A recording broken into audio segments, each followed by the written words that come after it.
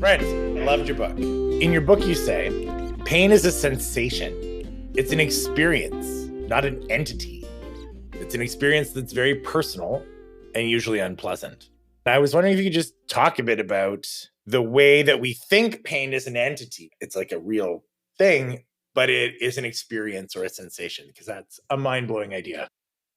Our bodies are really just a collection of big sensory feedback loops. Our whole nervous system has a wiring out and a wiring into our nervous system. It helps you see where you're at and feel where you are in space. And there's nerves that are responsible for you feeling or perceiving hot and cold and sharp and dull. There are specific nerve fibers in your body that are nociceptors, they're there to help sense pain.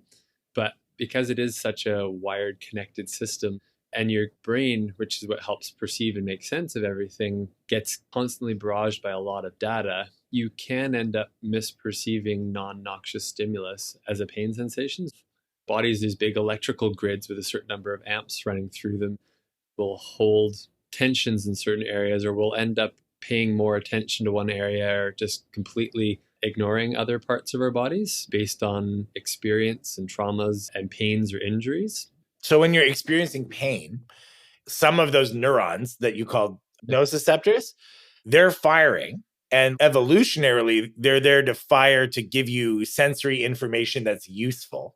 So how would that create the messed up loop? Like, what fires together to create a chronic pain that's not informative? Well, say you sprain your ankle. Initially, like you roll your ankle, you might tear some tissues in the tendons and the ligaments, and your body will send inflammation to the area and try to fix it up. But also, that will irritate nerve endings in there. Your brain's going to get that and be like, ow, my ankle hurts. And at that point, that's helpful because it's telling you not to step on your foot, right? Right. It's like you need to protect this area now. Over 4 to 6 weeks, sometimes longer, your body's pretty good at healing those structures. But your body may have spent 4 to 6 weeks having your nervous system be like, hey, there's something's going on wrong down here, something's going on down here. As it heals, ideally, you can start progressively walking on it and using it again, and you start to habituate your nervous system to stop paying so much attention to that area. But depending on your relationship with pain, there can be a lot more the fear involved in it, and you end up limping more and subconsciously protecting it a lot. And the further and further you get from the acute injury, the less and less it is about those structurally damaged tissues, because a lot of it is healed. Do you think that the pain is still being mostly coming from that area, or is it your brain projecting down and amplifying smaller signals because things are more healed? I would say there's a bit of both. There's a trickle up effect to it and a trickle down effect to it. I would say it's a slightly different process if you did have an ankle sprain versus I didn't do anything. I didn't fall. I didn't get in a car accident. Why does my foot hurt, or why does my neck hurt now? Gravity is an unrelenting force. It's trying to push you into the ground. It never stops. And so we're not really built to sit at desks or stand at counters all day and be vertical against gravity. It gets tiring, it gets exhausting, but we push ourselves to do things in one spot for hours and hours and hours. And we end up developing less than ideal strategies to have how to hold ourselves. And some people are more efficient at it than others. And that happens in the context of a stress-based imperfect world, like your mother-in-law is coming to visit, or your boss is being a real jerk and you're kind of tense.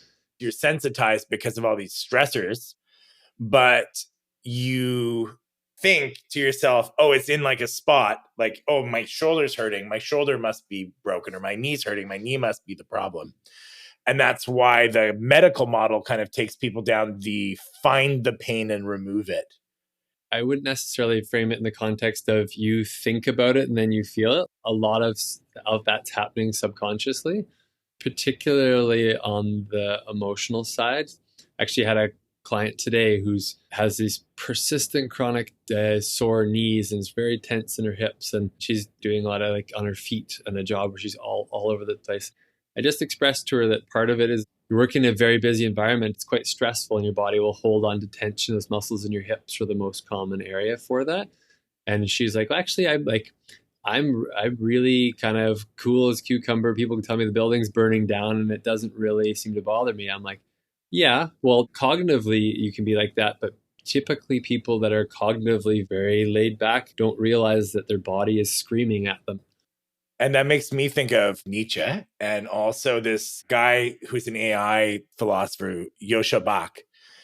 Both talk about the brain as having essentially two simulations of reality. One is a very embodied sensory simulation, and then there's a cognitive simulation of that experience. Nietzsche called that the mere appearance of mere appearance, like you're far away from the phenomena. It's hard to imagine, how does a brain hurt but not know it? And the person just reports like, what are you talking about? I'm super cool. I'm chill. But in reality, I guess if you measured their neurology, they're like kind of in pain. I view your nervous system as just an extension of your brain, and it spreads out through your whole body. One of the sections of my book was called "Your Body More Than a Vehicle to Walk Your Head Around." I love that. You talk about having the hamster wheel of brain versus actually experiencing your inner self. And what are you conscious Yeah. of? Because so much of the way the brain works is to project down to reality what you're seeing. And like that happens on a visual level. A letter is ambiguous in a word, and it could be an O or a Q. Our brain is going to project down O because it's so much more likely to be O. Yeah. I've experienced firsthand visually after all my eye injuries and things. I totally destroyed all the vision in my right eye. I went from having 20/20 vision to losing all of the vision on one side, and then some of it coming back and it being all blurred and distorted, then getting more of it, and then my eyes pointing in different directions and seeing literally two pictures of the world. Wow. Like trying to talk to somebody, have another dancing head of them up in the over their shoulder. Slowly over time, after I stopped having all the surgeries on it and just kept doing stuff and moving around, my brain getting better at learning when to ignore the information it was getting from my right side. And it changed my consciousness level. Even though I'm still fairly legally blind in my right eye, my visual perception of the world is more normal now, even though nothing's structurally improved within my eye. That's really interesting. Your body starts to tune into what should I pay attention to, what should I ignore. A big part of the premise of helping people with physiotherapy is to help them get their conscious experience of the world to be more comfortable. It makes me think of this other metaphor for consciousness, that being conscious is like being the rider on an elephant. And you think you're driving the elephant, but the elephant is driving the elephant. And to the extent that you have influence, it's through very subtle connection to the elephant. And it's not because you pulled so hard in one direction. And being tense as the rider of the elephant is not going to help you feel what's happening for the elephant. People have had different experiences and different levels of traumas and things, but also the level of consciousness that they're able to access is very different. When people get really fixated on pain or really uncomfortable, a lot of the rest of the world falls away and they get very sort of tunnel visioned. And so you have all this sensory info coming at you, but you're only paying attention to one of them. It's kind of a coping strategy for too much is happening. For some people, pain becomes their identity. And then you take that away and they just start searching for something else to feel or worry about. A lot of times when I see that clients are stuck in an obsession with a particular problem or pain, they're actually avoiding another pain or problem, which is a little more existentially painful. Their consciousness is not maybe equipped to handle that deeper issue, that maybe a dream they had is not going to come true, or that they're dealing with way more problems than they wish. It's a coping strategy. And I think one of the biggest issues when I see people living in pain, which is more psychological, is that they don't attend to the thing that's actually causing the tension. A lot of times is I'm trying to take them through a process of zooming out from the area that hurts. And I tell them the best ways to make that feel better is put it in a better environment by paying more attention to things that are above and below it or around it, not necessarily. Like literally, you say like, oh, your pain is here. I want you to feel your elbow. I want you to feel your neck. Not necessarily tell them to feel it, but your knee is a good example. Your knee's at the mercy of your hip and your ankle because it's a hinge that's built in between it, the hip above it and the ankle below it can move in a bunch of different directions. And if they start getting really restricted, it can make your knee start hurting more. People feel they just have to stretch or strengthen something that hurts. So a lot of times it's the other side that's actually tighter, making you compensate for that. So try to picture that part that hurts as part of a whole, and then just emotionally understand that your body holds tension in different parts of your body for different reasons. Part of those are postural and biomechanical, and part of those are stress, anxiety, fear, and part of that will happen in your muscular system, part of that will happen in and around your organs. So when people take that really seriously from you and they start doing that interoception, how do they report the reduction of pain? Or like, what is the experience of that pain reducing?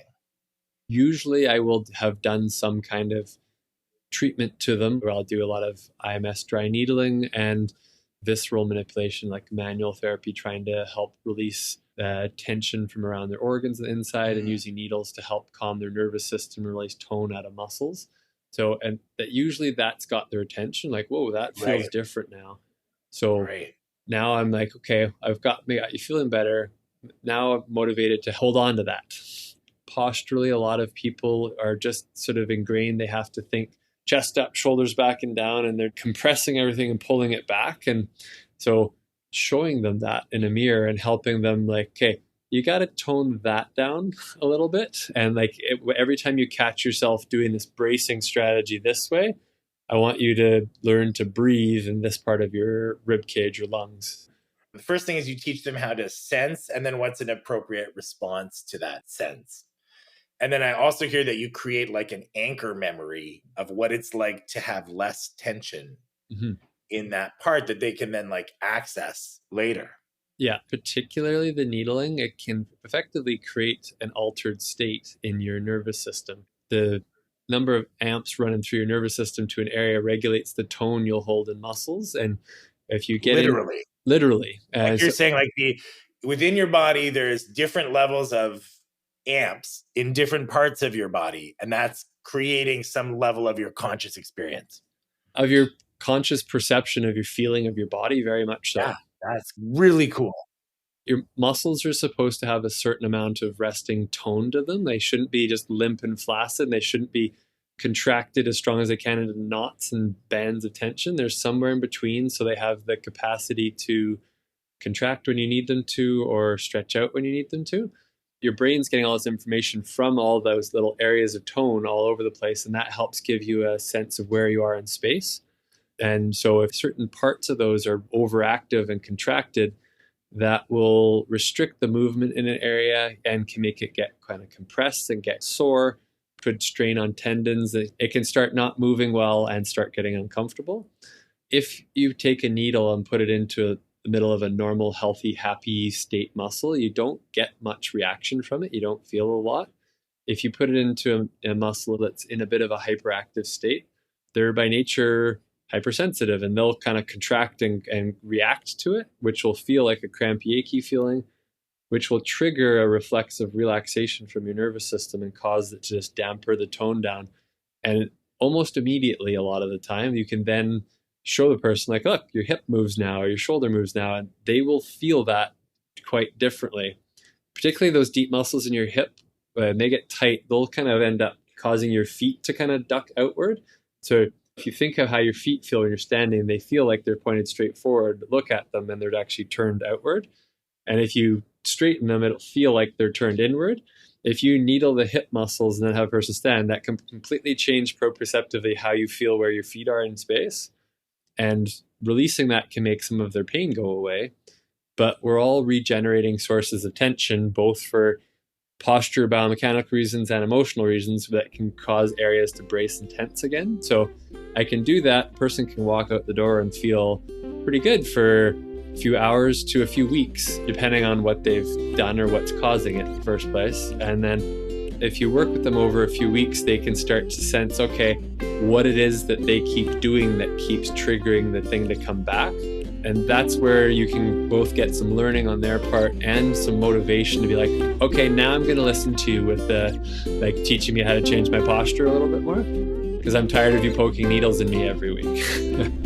You've been listening to Why Things Hurt and How We Learn Shorts with your hosts, Brent Stevenson and Matt Giammarino. Why Things Hurt and How We Learn is brought to you by Envision Physiotherapy, Work with Matt, whythingshurt.com, and Remix Your Education. Did you enjoy the podcast? Leave us a review at Apple Music, Spotify, or wherever you get your podcasts, and tell a friend. Why things hurt and how it's how we learn.